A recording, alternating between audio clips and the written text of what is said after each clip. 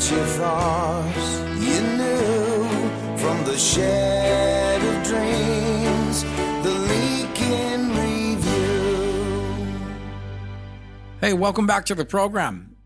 Very excited to have Adam Baldwin rejoin the show. For those who do not know, the intro to the Leake in Review, composed, performed, recorded, produced by Adam Baldwin. I sent Adam a note a while back saying I'm looking for an intro to the show. He goes, I got something. The next morning, it's in the inbox.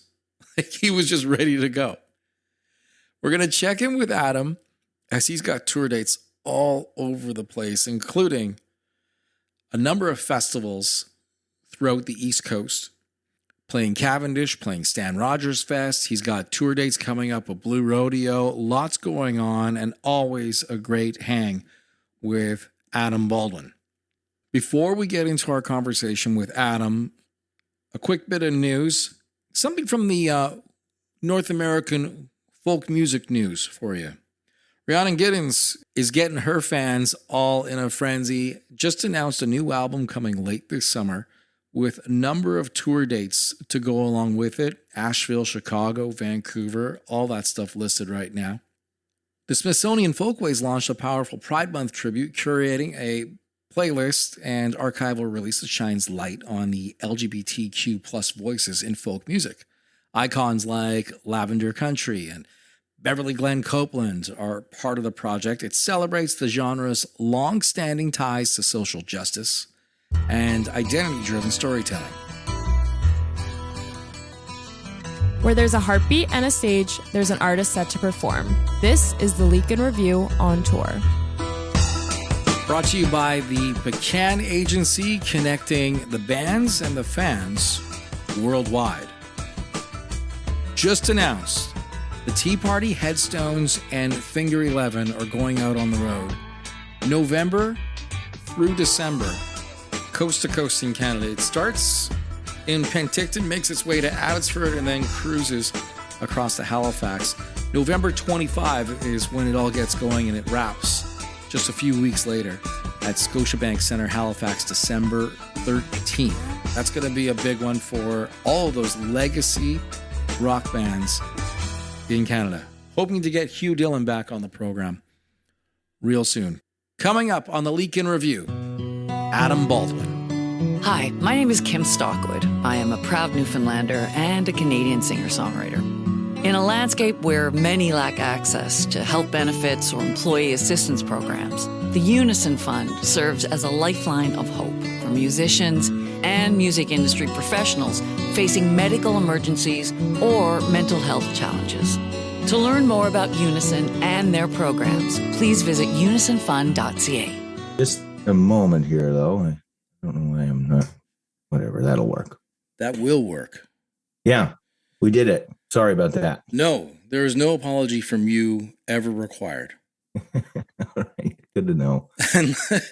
Unless you take a tractor trailer through a Tim Hortons on a Sunday afternoon, then you got to come up with some sort of apology. Well, I am not a patron of Timothy Hortons any longer, so the chances of that are slim. Something must have went down. Was it dietary? I mean, I just feel that the product that they line their shelves with and serve to the Canadians en masse is made of dog shit. I was going to say synthetics, but you went way more scientific. Oh yeah. Yeah. I'm a man of science, if nothing else, Jeff. You know that. Adam Baldwin on the Leake in Review. It's been a moment because you've been touring, you've been traveling, you've gone abroad. You got in and out of a tour with Alan Doyle just before a war started. No better time to not be in Europe and through sailing the seas. Tell me about that tour. Where did you go? We flew into Bucharest, Romania, and hopped aboard a cruise ship. And over, I guess, 7 days, we traveled down the Danube, I think I played. So I'm like, I was contracted to play two sets, but I would wind up drinking beer all day, and there's a piano in the lounge of this boat. So whether people wanted me to or not, I was singing songs every evening normally. How long was this cruise? It was a full week? A week, yeah. Started in Bucharest. It ended in Budapest, Hungary. And it was beautiful. The weather, I think it was like sort of unseasonably warm. It was sunny the whole time. It was really, really wonderful. And now you were contracted to play twice over that 1 week. How many times was Alan Doyle contracted to play? Was it the same setup, same gig? I think he did 3 shows. One of them he did on the deck of the boat in the afternoon, outdoors. We were passing through this, I forget what they called it now, but there's sort of mountains on either side of it. It was really something. The Iron Gate or something like that. Anyway, it was wonderful. In general, people, when they go on vacation, they put on, I think, 5 to 10 pounds. They say cruise ships, you'll put on even that much more. What happens with Adam Baldwin on a cruise ship, although working, allegedly, 2 days out of the 7? Allegedly, yeah. Did you find like, oh boy, I got to start putting in some hot laps because I've been at the buffet cruising meals all day? Yeah, this boat isn't like one of those big, gigantic Carnival cruises with buffets. They feed you 3 times a day, breakfast, lunch, dinner. I never made breakfast yet. I was sleeping, hungover. You're probably on your way to hangover. Yeah. Mind you, when we would stop, I would.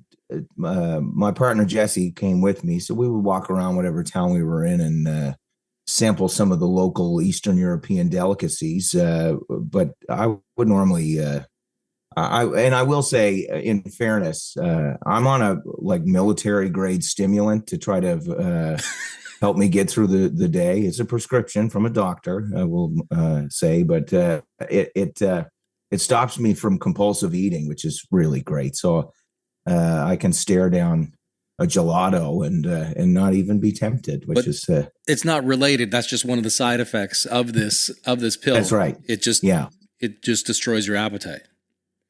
I wouldn't say it destroys it, but I had a pretty insatiable one there for a while.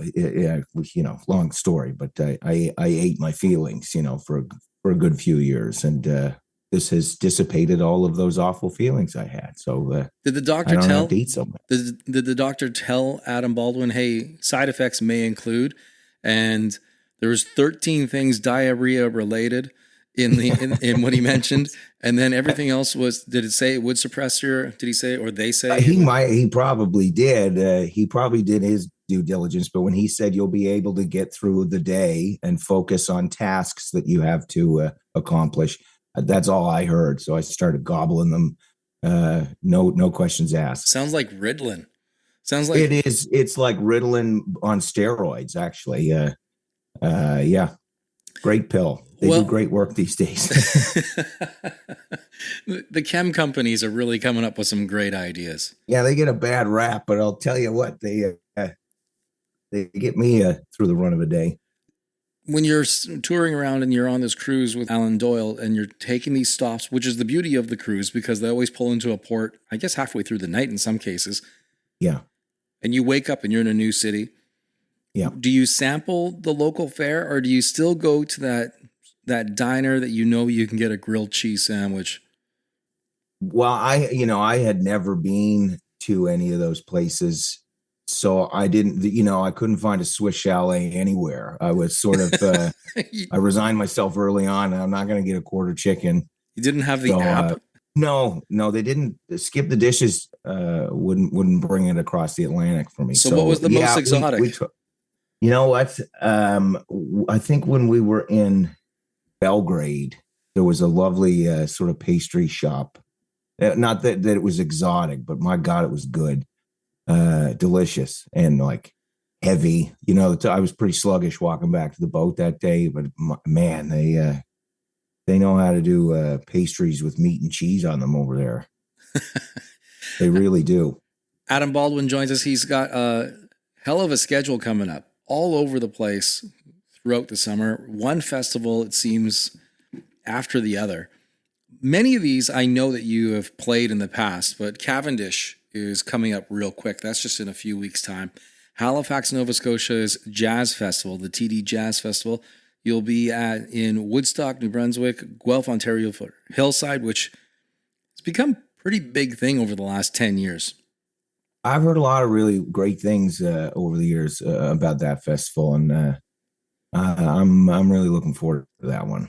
You have a pretty tight turnaround leaving New Brunswick on the 18th of July to get to Guelph, Ontario on the 19th. That sounds like deadheading, red-eyeing, and all of that stuff. I'm at the mercy of whatever goes on at the airport in Fredericton. We'll see. I'm not sure that I've ever flown in or out of that spot, but I'm sure they've got that flight to Toronto. At least they got that one dialed in. Please, we started off the program talking about science. We got into health. Let's start talking a little bit about math. It blows me away that when they say the flight is going to land at 8:05 and it actually arrives and lands at 8:05. We have just commuted 2,600 kilometers at a speed of approximately 500 miles per hour into a headwind, storms all over the place, and yet they can still kind of mathematically figure out about how long it's going to take. It's impressive stuff. These airline people, when they get it, they get it. They nail it. The folks operating those airplanes, I think they have a very good grasp of what's happening. It's some of the other logistics on the ground side of things that could use a little work. Oh, you're right. Your bag will not arrive. No, it will be in Portugal if you're on your way to Calgary. But I lost a wallet on a plane. Like it was on the inside pocket of my jacket. I rolled up my jacket so I could create a mini pillow for myself, so I could rattle my head against the fuselage.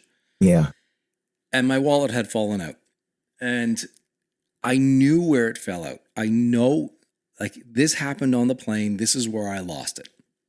So I get a call about a week later, and the plane is in Atlanta now, and I was flying like Nashville to South Carolina or something like that, or New York. And I get a call from Atlanta saying, hey, we got your wallet and all that stuff. Here's a number. Call us back and we'll get it to you. I'm like, this is amazing, because when you lose your ID. Oh, man.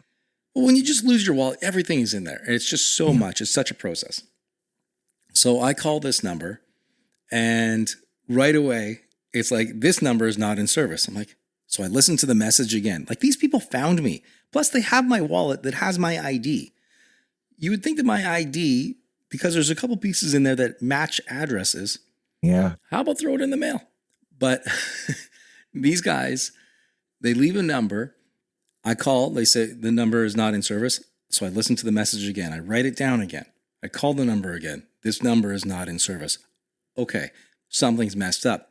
I call the general line in Atlanta for this lost and found with this airline. And they're like, oh yeah, sure, we'll just put you through. And right away, it's the same phone message.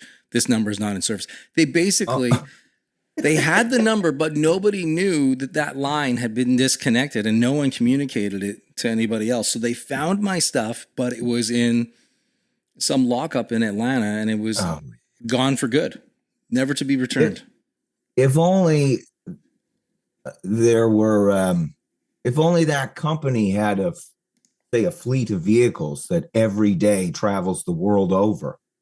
And could, send it somewhere near where you live. It's a shame that logistically the future will catch up, and we will be able to get to that spot. But yeah, I thought, when they have our credit cards and ID embedded in a computer chip in our temple or whatever, there's, be hard to lose that. Yeah. So anyways, I just marveled at it. Like, everything that wasn't supposed to happen, the fact that it was found right away, the fact that someone contacted me, found my phone number.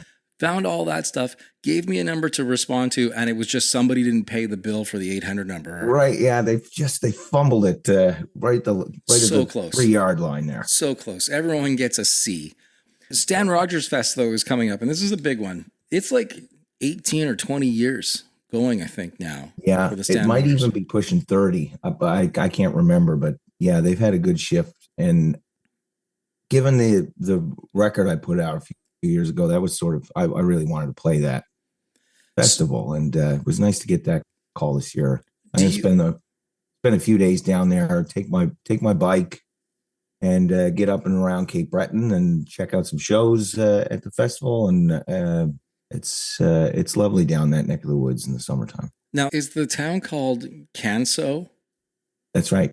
So Canso, Nova Scotia, July 24 and 26. There's a gap in between. There's a tribute to John Prine, and it's John Prine's band, I guess.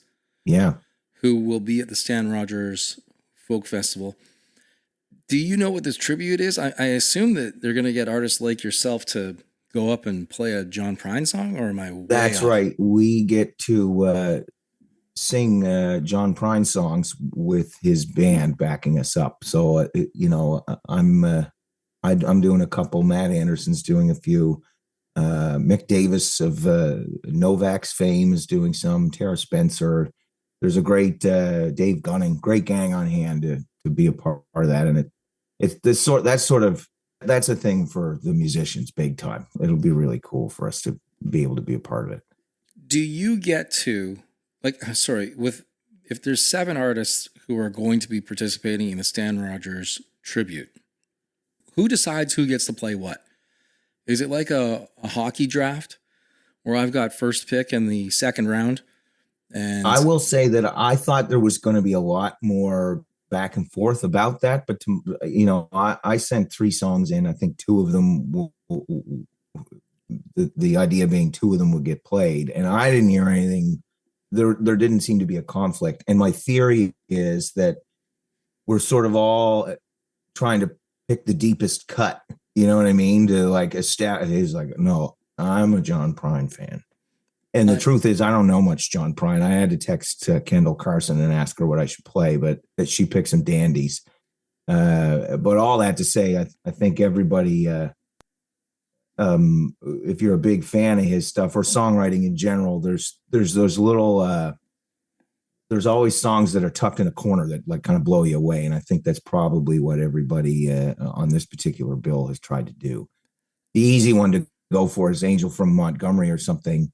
And I'm sure somebody's going to nail that to the wall. But I think the deep cuts are sort of fun. I love his last release that he did, the final song that he recorded. I Remember Everything. A beautiful song, but it's John Prine. It's one of those, if you took the lyrics from a John Prine song and just played it in a modern day band today, you would blow people away because his songwriting was so good, and you could own it because they never became massively popular. So, yeah, that's right. They're not of an era. They are timeless, like in every sense of the word. I think to your point, like they weren't gigantic hits. Sex on Fire or whatever, that Kings of Leon song, that lives in a particular era in my head because it was everywhere during a particular time. But this stuff, I think John Prine's one of those guys people just stumble into by accident and they love it and it stays with them forever. It doesn't live in a particular time or place. And that's pretty special. That's a pretty special legacy. It's also something too that you can play for anybody in the room and no one's going to say, what is this that we're listening to? Yeah. But, I still good. Do you know the history of Stan Rogers and how the festival became? I can't say that I do. I do know Stan Rogers was, like Matt Mays, actually, a displaced Hamiltonian, wound up out east and became a folk hero out our way. It really embraced the sort of sea shanties and the culture out here. And he was killed in a a fire broke out on an airplane somewhere while he was touring, and I think as the story goes, he was ushering people out of the airplane and was killed. It was, I believe, in Kentucky, where something was happening on the plane already. They made an emergency landing somewhere. And when they were ushering people off the plane, I think it started getting really hot on the plane. So they knew there was a fire somewhere. Yeah. But when they were getting people off and they opened up the doors, it gave the fire all the oxygen. Oh. And it just combusted. God. And that was it. Oh, man. Yeah. Oh. So imagine being so close. It's so sad, to go through those situations and that. But there's a very interesting program that you can find on YouTube called Mayday. It's a series that covers aviation and just kind of transportation disasters and what rules were implemented afterwards to help avoid these things moving forward. In fact, imagine that line of work, man. Those investigators that they're like, yeah, of course, that's why the plane went up. Yeah, like that. Yeah. Damn it, we should have used an 11 millimeter bolt instead of the 12. Right. That makes so much more sense. Yeah, no, it's a pretty incredible series. Dierks Bentley, who is a major country star, and that years ago he's doing a listening party for his new album. I just ended up standing right beside him, and he's a pilot himself. Oh, and wow. we started talking about this show. Yeah. And it's a listening party. So it's, he plays a couple songs and then he chats about them and all of that stuff and sets them up and so forth. And I just remember one of the songs was wrapping up and he's like, damn it, I got to go do this thing. I'll be right back. Because he wanted to talk more about aviation. He didn't want to talk about his songs. Right. He wanted to keep it going. I can remember sitting on years ago on before airplanes had like the fancy TVs in them where you can pick the show you want to watch. There was just a screen, and I think it was WestJet. They had like satellite TV. You could flick through a couple channels, and I landed on. Jay Smith and I were both sitting next to each other. We were watching Mayday on a flight to Vancouver. Right. And so you're watching about aviation disaster while we sure on a were. plane. Yeah, seems masochistic or whatever, but there was a part in this particular episode where the plane starts going down, and they had recreated this thing where the drink cart goes flying through the fuselage, and that happened just as the drink cart was beside us on the airplane. And I can remember Jay just kind of like looking over and looking at me and watching this TV screen with this disaster happening, and all you can do is laugh at something like that and clutch your ass cheeks together a little bit, I guess. I had a strange gig once where I was programming a lot of content, audio content for Air Canada. They had all kinds of rules. They didn't want to have anything that was going to be negative towards the company, which I can understand. They didn't want to have anything that involved heavy alcoholism. Didn't want to have anything that involved being a jerk. Anything, Right. No, nothing about disaster, nothing about that. And it was okay for programming most of the music channels, but for the comedy channel, almost impossible, because comedy is always a take on something that is going horribly wrong, right? You know, no language. That was another big thing. Oh my God. So yeah, there was a lot of stipulations in doing that. And then ironically, we would program these channels, these music channels, and then you would flip on the TV that they would have put on the screen, and it'd be like Game of Thrones, and someone's being beheaded. Yeah. Right in an orgy. It's like I had to spend hours on this content that was audio only, and yet here's a 5-year-old kid watching this incredible scene from Game of Thrones. Adam Baldwin. That's always another really funny thing that happens everybody's got their own TV in front of them. And they pick their show, and then there's like a 6-year-old with his father or something, and then some stranger on the aisle. And the stranger decides he's going to watch 50 Shades of Grey or something with a young child sitting 7 inches away from this fellow. It's insane that they put that stuff on here. trains. That's what blew me away. I'm like, I can't Yeah. put a joke on about three guys walk into a bar, Yeah. and yet we're gonna have Yeah, this yeah. on the screens. Adam Baldwin, more tour dates though throughout the summer. Playing in Calgary. Oh wait a minute. There's Stan Rogers, and then you're playing in Wolfville, Nova Scotia on August 31st. Then the big tour. This is with Blue Rodeo. I like that you selected Blue Rodeo to close for you. Yeah. A lot of thought was put into that, and I figured, why not the most legendary Canadian act in the history of our country? Such a good band, so tight, and I imagine you've become friends or colleagues over the years. Yeah, and that's been one of the pleasures and privileges of my life, is to get to know those fellows, because they literally, I mean, they really are the band that compelled so many people of my generation to pick up an instrument or put pen to paper. The first time I saw Matt Mays was opening for Blue Rodeo. The bands that have opened shows for Blue Rodeo have really gone on to, gone on to big things. There's such an establishment. It's so much more than a band, and this I cannot tell you how much it means to me. And far be it for me to decide what is worthy of note or not, Jeff, but I have to say that before I recorded a little jingle for your internet program, the interweb program known as the Leake and I Review. have exactly 0 Blue Rodeo national tours, and since that jingle has hit the internet, that number has increased by 100%. So I don't know, man. I think you deserve a lot of the credit here for launching me into this sort of Canadian. Cuddy sent me a text.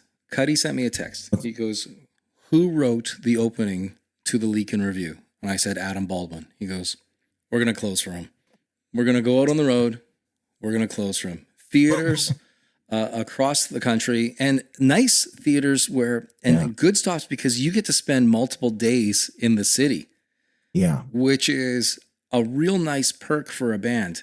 One day on, one day off, mostly. It seems like you got to get to experience the city itself, as opposed to what you're going to be doing in Guelph coming up in just a few weeks' time. Yeah. Like you will be in Ontario for probably about 8 hours, maybe 7 hours, and that includes going through security at the airport. So scratch 4 hours off there. Yeah. So it's a nice, this nice will be run. a nice relaxed pace. Now, I will be chasing their buses, probably in a Ford Focus or something, packed with 4 or 5 people. But yeah, you're right. It is nice to be able to sort of put your head down in a city and get a sound check out of the way or whatever, and then hang out for a while, not have to stress about too much at all, really. If you've got 2 shows in a row at the same theater, you load in your gear the first day and it stays there for 2 whole days. Yeah. And you probably do a light sound check the next day. If anything, it's I'm guessing you probably go and rehearse a song that you haven't played in a while, just to have funds for yourself, because you got the stage, you've got the room. Why not go have some fun? Exactly. These days I use those. I just got onto these in-ear monitors over the last couple of years, and so that takes a lot of the headache out of it. You can do a sound check in about literally the length of a song if you feel like it. Now, obviously, being the opening band, we got to set everything back up every night that we're parked. But I mean, that's a awfully small price to pay. But you leave all your gear on site, right? They lock it up. They lock it up for you. Did you see the story about Heart, where they lost someone went backstage and stole a guitar and a mandolin? No way. And I think they recovered one, but not the other. Imagine Heart. Imagine the gear that they probably have. A mandolin overall, it's kind of like a keytar, in my opinion, where there's so few that are made, they just jack up the price for supply and demand reasons. Oh man. But yeah, that's kind of a weird thing too. Like, that stuff happens on the road. Have you ever lost stuff on the road where you go backstage and it's like, oh, someone took my piano? I have not had that happen, but like I remember the Winter Sleep guys they were playing in Montreal, and after their show, their van and trailer was gone. It's like loaded to the gills with everything that they had acquired over a 15 or 20-year career, and just like lifted it onto the back of a truck, driven to a container pier, and it was halfway to God knows where by the time they even realized the vehicle was gone. There's a spot in Winnipeg where some local guy stands behind the venue and says, "Give me $20 and I'll protect your vehicle for the evening." Racket. As much as all of your gear, for most part, is inside the venue, you still got a lot of stuff that you're leaving in the van, like underwear and socks. But yeah, he'll charge like $20, and the people who do not pay it, 9 times out of 10, broken windows. So that is what the mafia does. Yeah, that's what the mafia does. They live behind the venues in Winnipeg. Adam Baldwin on the program. So many shows coming up. Plus, I'm guessing there's going to be Matt May's stuff kind of intertwined in between all this. So really, you've been on your working vacation, and now it's all over. It is. It's all over. Yeah.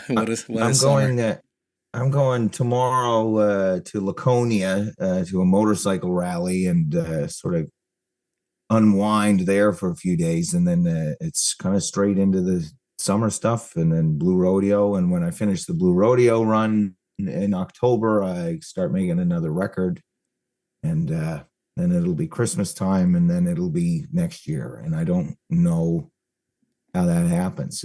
It's all been very quick the last few years, but I remember when the phone wasn't ringing, so I can't complain. You got to make hay while the sun is shining. There's the dates with Blue Rodeo start October 1st in Calgary, Alberta, and they run right through the holidays, like literally right through the holidays, as there's a date in Oshawa, Ontario on December 27th, and then a few shows at Toronto's Massey Hall on January 23rd and 24th. This is excellent stuff, Adam. It's so good to check in with you. Adam Baldwin on all of your socials. It's Adam Baldwin on, what's your Instagram? Oh God, the Instagram's the only one I understand how to use. Adam Baldwin Racket. When I saw Racket, I was like, yes, we do not need to verify this account. It's just the only person in the world who would think, yeah, this is a good idea. Racket. It's Adam Baldwin. Go see him on the road. Go see him playing some John Prine at the Stan Rogers Music Festival coming up in just a few weeks' time. And let's catch up again before you head back out on the road with anytime, Blue Rodeo. buddy. Awesome. Adam Baldwin, everybody. We'll check in with you real soon. Have a good one.